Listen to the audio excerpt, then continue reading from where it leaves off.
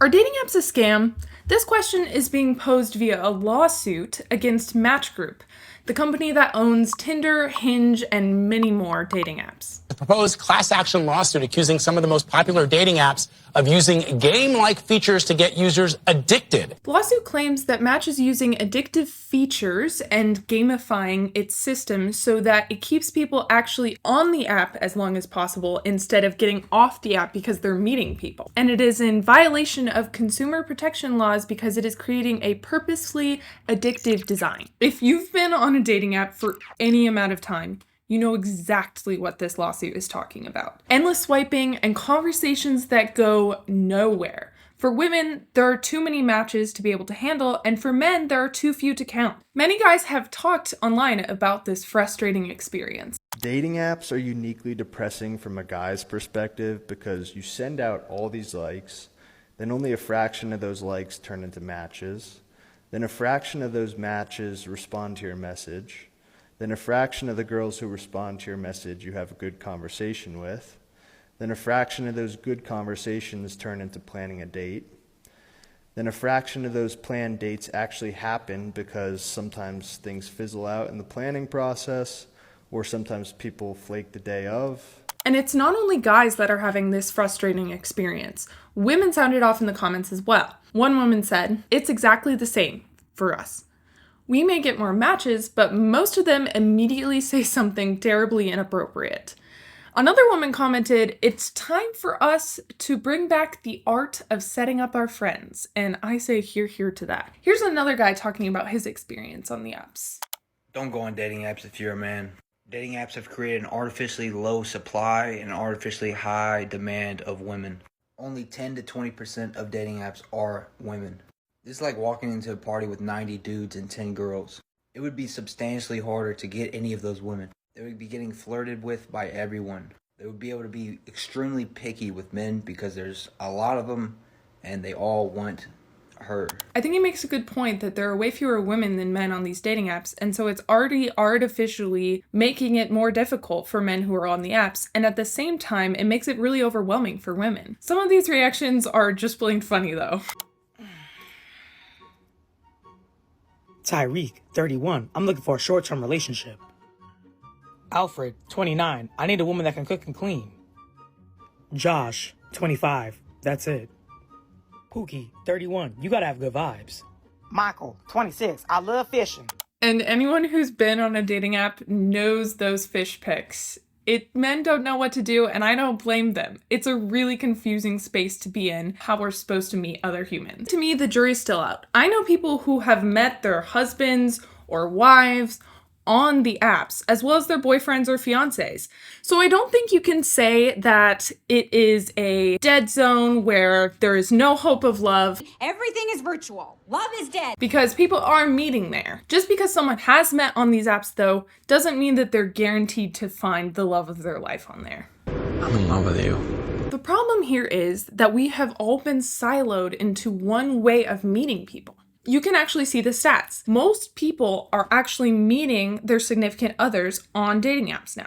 But there is an underlying problem here. People now see dating apps as the only place to meet people. And they're disillusioned when they actually get on the apps, and so they decide to back out from dating altogether. There is a whole movement of men and women online running away from dating entirely because they are disillusioned with the whole thing. I've actually officially given up. Just walked out of the chiropractor. She's like, "Yeah, so do you have a boyfriend these days?" I'm like, "No."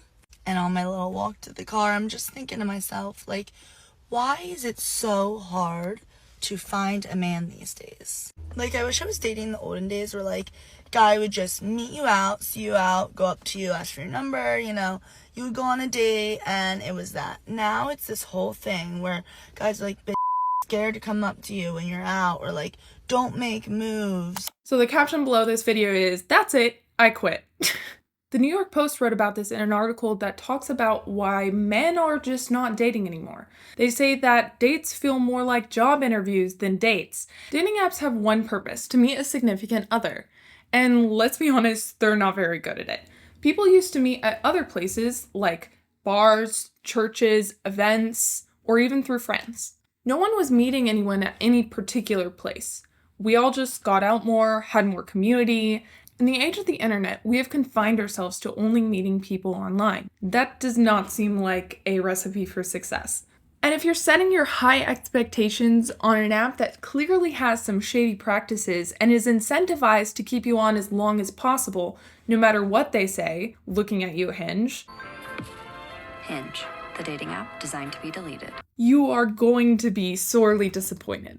I have a personal rule that if I'm going to an event with the sole purpose of meeting someone, I just don't go. Because God willing, you are going to meet someone someday, but you're only going to marry one, so no need to find 10. You got one wife! This is the way the world works! Why?